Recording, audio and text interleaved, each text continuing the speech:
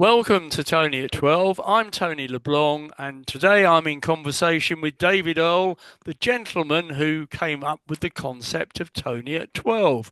Following extensive research, David has published a series of articles about the 1948 agreement, and this is our topic today. For the benefit of our audience outside of Alderney, we will give a brief history of how the 1948 agreement came about and its current role today. David, good to see you as ever. Good morning, Tony. Nice to be back. Right, let's start off. Can we first of all give our viewers a bit of a taste of what Alderney was like before the war? Oh, Alderney was a very quiet backwater, mainly agricultural, little bit of quarrying, but I believe that it was also a point where the cattle from Jersey and Guernsey were brought together before they were shipped to the United States. Ergo, why in America they refer to them as the Alderney cows. You didn't know that, did you? I didn't know. Thank you very much for enlightening me. Presumably, it was a fairly simple economy with no welfare benefits or anything like that at the time. Oh, absolutely. But it was pretty much the same in rural areas of the United Kingdom. It wasn't until the Labour government was elected after the Second World War that welfare benefits really started to become available to everyone. So, the thing that changed everything as far as Alderney was concerned was, of course, World War II, the invasion and occupation of the Germans, and the evacuation of the population. So, eventually, they come back to total destruction. Yeah, I mean, first of all, the evacuation came before the occupation. The Germans didn't occupy the island until roughly 2 weeks after the island was originally evacuated. And yes, they came back to a pretty devastated island, but it wasn't total damage and destruction. A lot of people sort of entered their homes, walked in through the front door, and all they could see when they looked up was the sky. So there was a huge amount of work that had to be done on the return. And obviously, from the islanders' point of view, um, in a very difficult position if you're trying to rebuild your home and feed yourself. And they came up with this communal farm for a while, didn't they? That's absolutely right. I interviewed a former president of the States, George Barron, and he described the island as a bitter and divided place, with literally only the communal farm to make ends meet. And it clearly didn't work, socially or economically. It was a disaster, and that's why the UK government felt that they needed to do something. And the Home Secretary of the time, James Tudor Reid, was involved in terms of the um, transfer of financial power to Guernsey.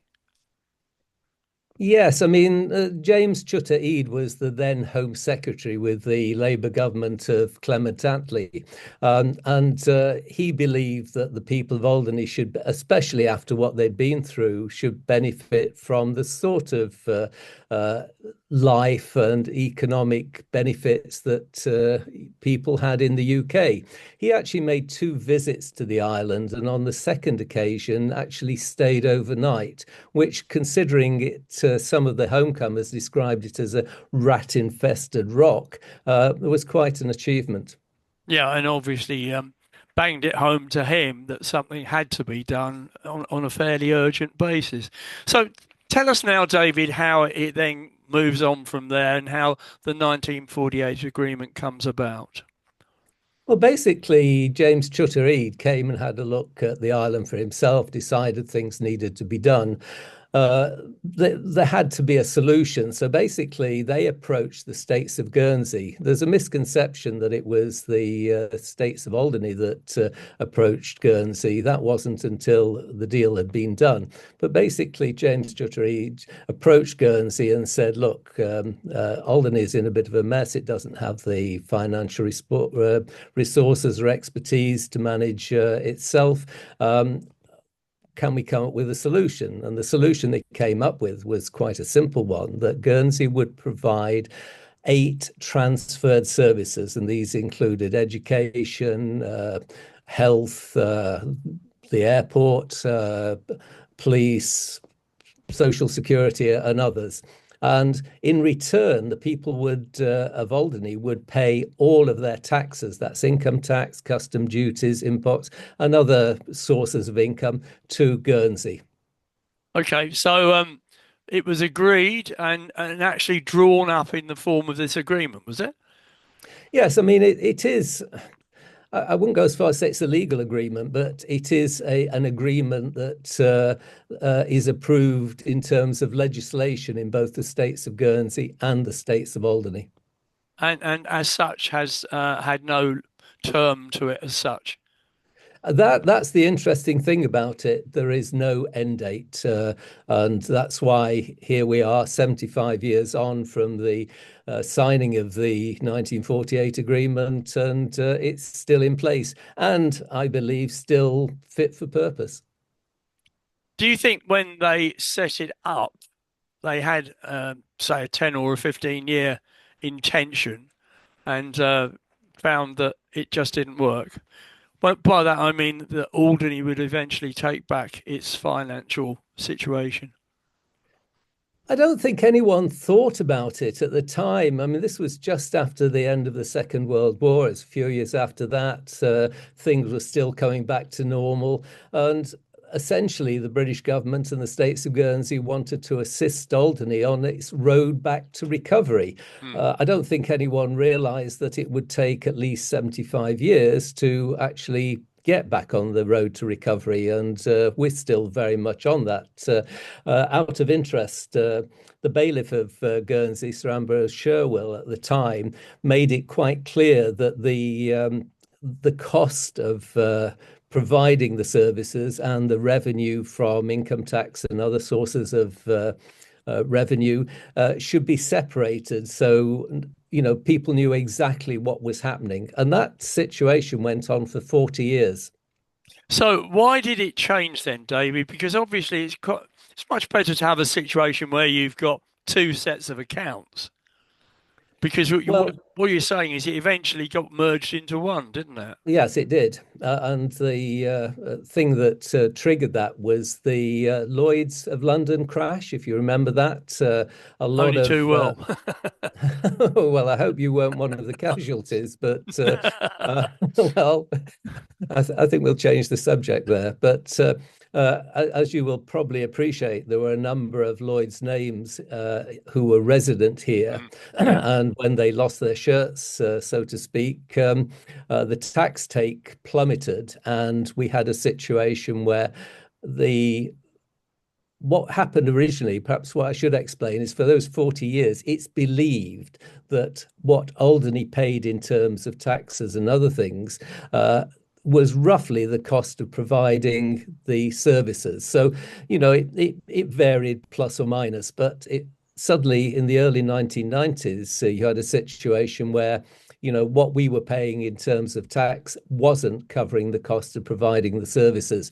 And at that point, and this is quite interesting, Guernsey felt that in case I'm going to read this out, so as not to create an invidious and divisive impression, they merged the two accounts so nobody could actually tell how much it was actually costing to run Alderney.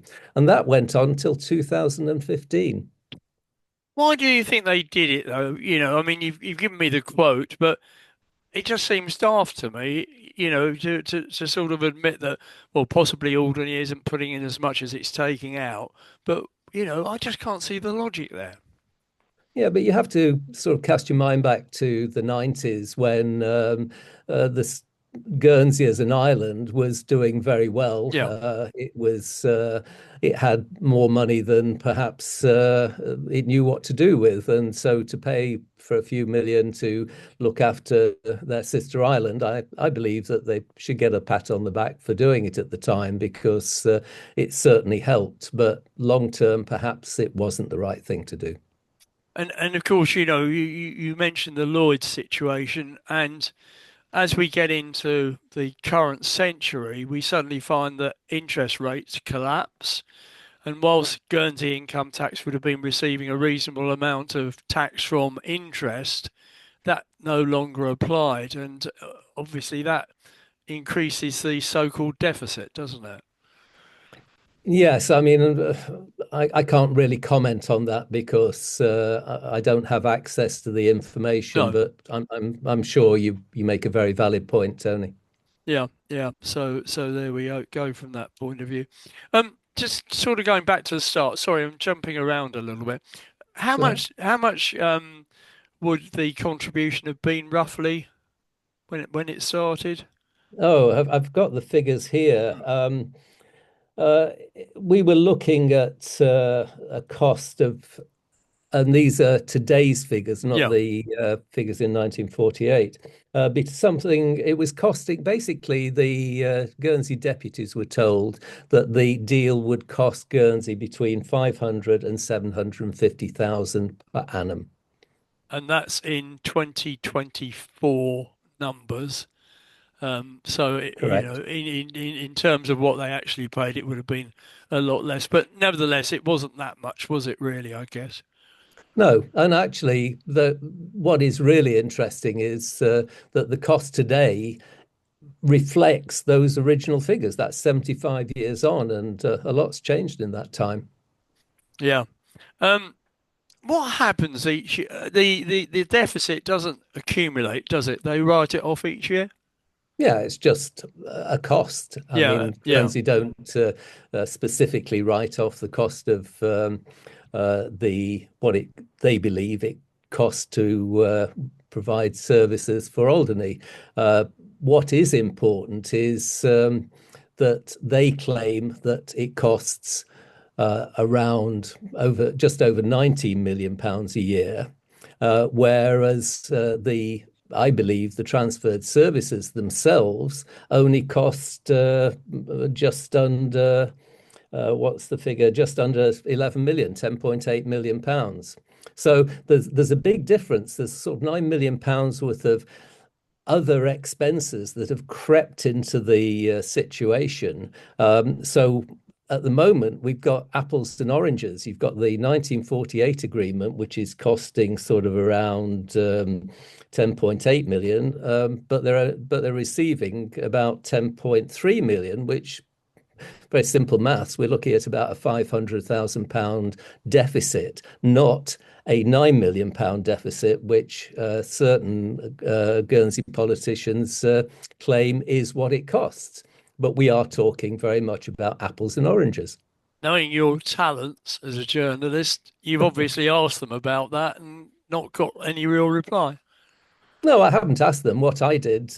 And I've been looking at this question ever since I was elected to the States of Alderney back in 2019. And I had a meeting with Lyndon Trott, and he said to me the trouble with the States of Alderney is that they won't tell the people of Alderney the truth about the 1948 agreement. So I said, well, I will, and proceeded to do just that and put a lot of time and effort into Mm. actually researching the background to the 1948 agreement, what has happened over the last 75 years, and where we are today.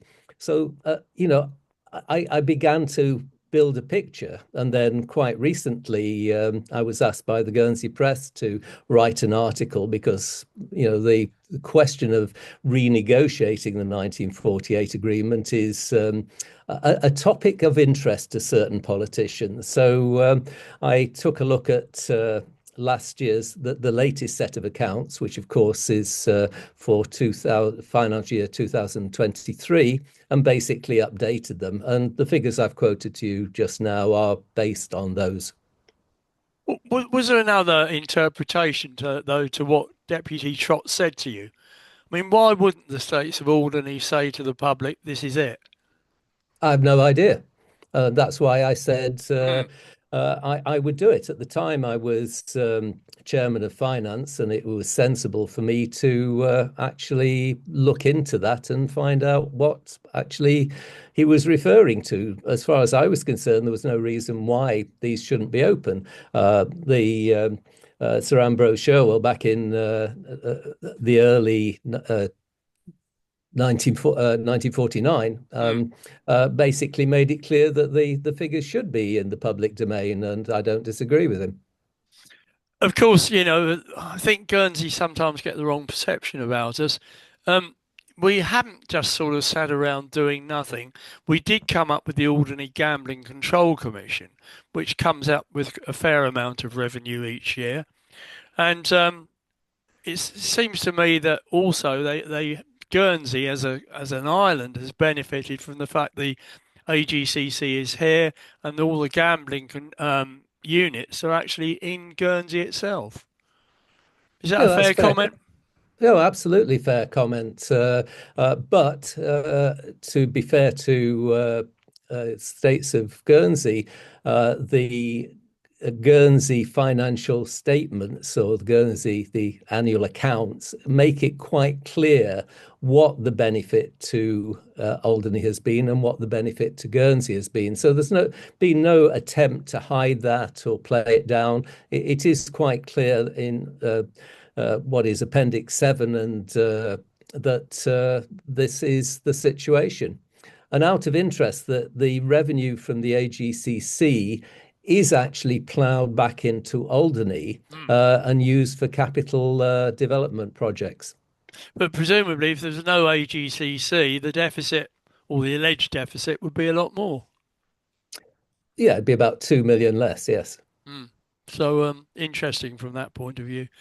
Now, coming on a bit later, we just before you went on the States, I think, we get to a situation where Guernsey does say, right, Alderney, you can collect some of the local taxes, the property tax and this sort of thing. What was the reasoning behind that? I think it was all we're deviating from the 1948 agreement, and I think it would take more time than we've got to actually go into it. Mm.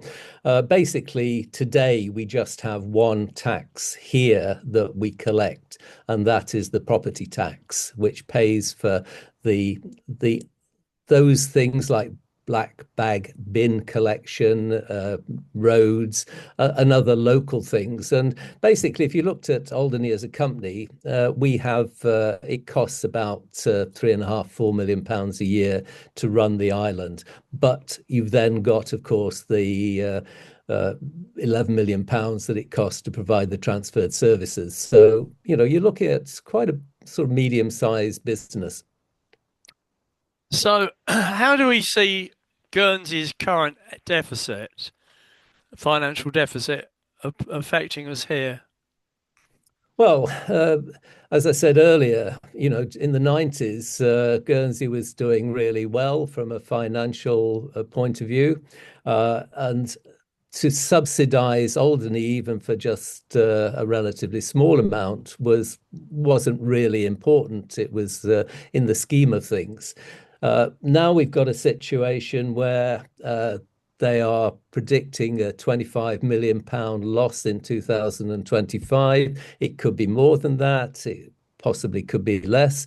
They're obviously trying to find ways of reducing that, but the Guernsey deputies don't seem terribly happy in certainly agreeing to a 2% increase in income tax, albeit just for 2 years, which is what they were suggesting.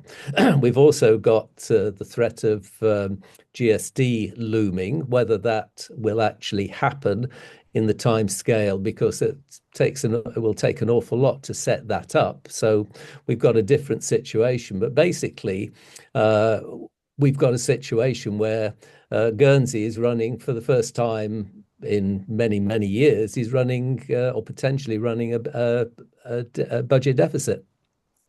But of course, we see this situation. The Isle of Man accepted an increase, didn't they? Without too much of a problem. They've gone from 20 to 22 on one of their tax bands. I can't comment on what's happening in the Isle of Man. No, okay. It's just that it seems strange to me that Guernsey politicians are reticent in terms of sort of saying, well, look, we've got to sort this out. It can't go on forever, can it? They I, they I can't think one of borrow. no, well, they did borrow. They borrowed Yeah, £300,000 thereabouts a few years ago, and of course they're now paying interest on that. Um, I think there is a feeling.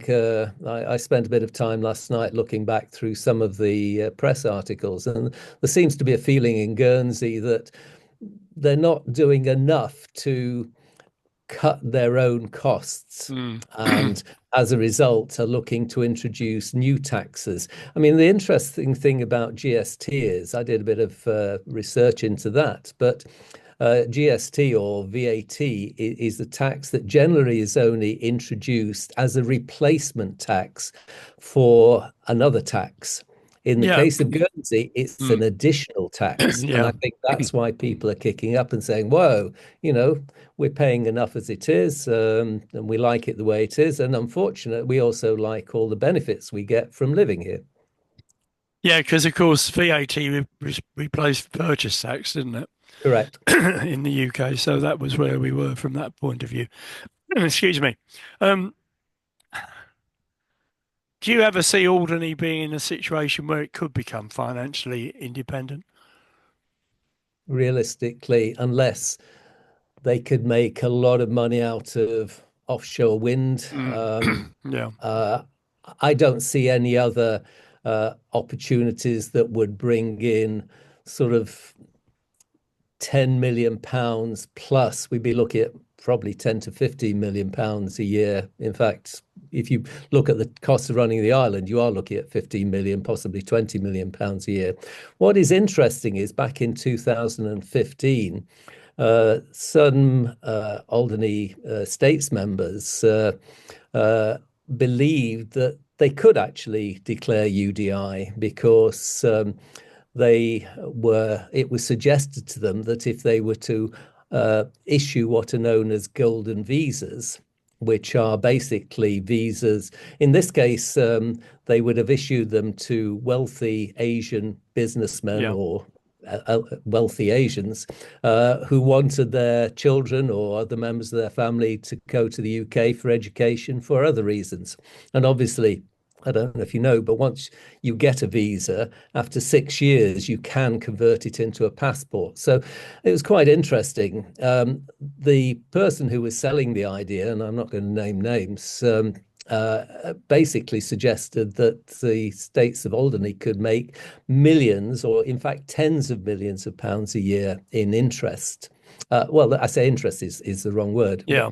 The, License fee the sort of thing. license fees and everything else Yeah, to the point where they could actually become self-sufficient. As we say, transfer services looking about £11 million. So, if you could make that sort of money. The problem is at the time, they didn't know how much because it had all been sort of hushed up, how much it was costing to provide the transferred services. And so, in order to find out, the states of Alderney approached finance and resources and said, look, in the interest of, uh, sorry, I'm trying to think of the word, in the interest of good governance, as you said earlier, we should know how much it actually costs. It's only fair that the cost is in the public domain. Was the interest of transparency was the words okay. they used. Yeah, good word, transparency. Yeah, in the interest of transparency. So please, could you tell us how much it costs to provide the transferred services? Well, the, the states of Guernsey or Policy and Resources kind of did that, but they sent a memo round to all the departments saying, please, would you make your best estimate calculation of how much it costs to provide the services that you provide for the island of Alderney and how much you get in return. And of course, what they did was calculate everything that it cost. They included every last paperclip. I'm being probably Yeah, yeah, yeah, facetious yeah. there, but it. And the important things were best estimate. So basically, if you look at the states of Guernsey accounts for last year, which are online if you want to look at them, and look at Appendix 7, and it will tell you all of the costs that they think that it includes. And basically, I've said to you that I think the transferred services are breaking even, but that doesn't take into account the other sort of £9 million worth of expenditure that's included in the states of Guernsey accounts. Now, we haven't got time to go into this, but if I tell you that that £90 million includes £500,000 for the Alderney breakwater, which, as I'm sure you do know, is not anything to do with Alderney. It is a deal that the states of Guernsey did with the Ministry of Defence. So that's £500,000. You've got £300,000 for the law officers. You've got £120,000 for overseas economic development. The list goes on. And I don't think anyone has ever sat down either in Guernsey or Alderney and said, well, actually, we agree to all of these. Mm. So what's happened is that the 1948 agreement is still, in my opinion, as I've explained earlier, fit for purpose. There's a slight deficit, but not a great deficit. But there's lots and lots of other things that have been added onto it. Now, whether you could just suddenly take those away is a different matter because, as someone said to me recently, we depend on Guernsey for our IT support. We Mm. don't have any here. You suddenly stop providing that support and lots of other different areas, then suddenly this island would cease to function. So it is a complex matter. So what is going to happen in terms of renegotiating any agreement is I need a crystal ball to actually answer that one. Does the transferred services cost include old age pensions and things like that, or is that on top? No, I don't think. No, it's no. I mean, there is a list. I won't go through Mm. the Yeah, list yeah, now, no, no, but no. But it's that well, it that does, could, it does cover Social Security, and I'm yes, not sure whether that covers pensions. yeah, yeah, yeah, yeah, yeah. So, who's actually behind the possible talk about the 1948 agreement again? Guernsey, presumably. Yeah, Lyndon Trott is certainly been quite outspoken about it, but and he's saying we need to renegotiate the 1948 agreement. My argument is that the 1948 agreement is, after 75 years, still for purpose, still Yeah. fit for purpose. Mm. But we have got all these other items of expenditure that have crept into what is, shall we say, a financial relationship as opposed to the transferred services. And Mm. that's the important thing. We have to separate the 1948 agreement with all the other things that have been separated. And basically, that means sitting down and looking at the cost of actually running this island. If Guernsey were to suddenly say tomorrow, right, that's it, end of story, we don't play anymore, we can't afford it, we would be in a mess. Mm. Is it legally enforceable? Uh, as I said earlier, it's Mm. certainly enshrined in the legislation of both islands, but whether it's legally enforceable, uh, I mean, you've only got to look back at Sark and what happened with Sark and the Barclay brothers. The MOJ did step in, but they try to keep the problem at arm's length. I mean, ultimately, our relationship is with the Ministry of Justice in the UK. Technically, we are crown dependencies, so we belong to the King, but he deals with us through Privy Council, which in reality is the Ministry of Justice. Yeah. But it is interesting. We had a visit from Lord Ponsonby a few weeks ago, who is responsible for the Crown dependencies at the Ministry of Justice. He's Under Secretary, and it was interesting that he only visited Alderney and Sark. He didn't bother to go and see Guernsey and Jersey, which one would have expected him to. So. Whether they are taking an interest in the island or not, I don't know, and they haven't said. No. Okay. Um, It's a very interesting topic.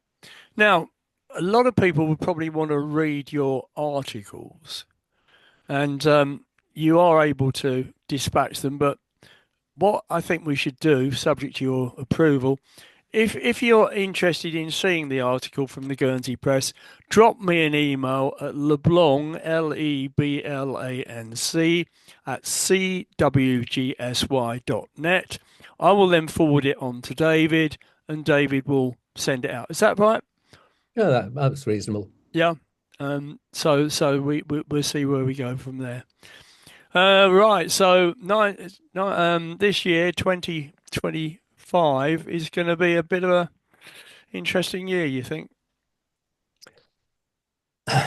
Yes, in a word, uh, I think it potentially a frightening year.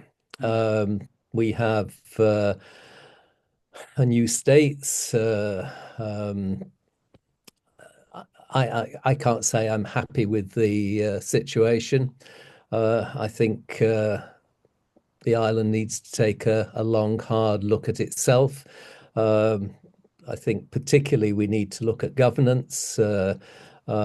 Certainly, the states of Alderney is not working the way it should be. I managed 18 months on the states of Alderney, and in the end, I quit. And if I remember rightly, I wrote in the Alderney Journal, I got tired of bashing my head against a brick wall, having put, and I'm not blowing my own trumpet, a lot of time and effort I know you into did. I know you did. researching things Yeah. like the 1948 agreement, aviation, and indeed, if you remember, I actually visited a number of other similar jurisdictions to That's find right. out how they actually dealt with what were essentially similar problems is what I meant to say, uh, and some of them very successfully. So we can do it, but unfortunately, I think we lack the leadership and the rest. Well, I think I'll stop there. Well, I'm just going to say we don't have a particularly good record on chief executives, do we? I think we'll just stop there. Right, David. Many thanks. Really enjoyed speaking to you about it, and I'm sure if anyone's interested in reading the article, which is good reading actually, it's not too stuffy, they can drop me an email and I'll send it on to you. Right, you got something up your sleeve for later on in the year for me? I'm sure we'll think of something. I have to say, I think I one of your first victims. You were, Certainly, you were. yes, I thought I was. I used to enjoy it when we did those interviews down at Turkey FM. Hmm. It was, I don't know, we seem to get on pretty well together, and we've touched an awful lot of subjects. We certainly have, and hopefully there'll be more to come in the future. So, with that, many thanks. Take care of yourself, and we watch eagerly. Cheers.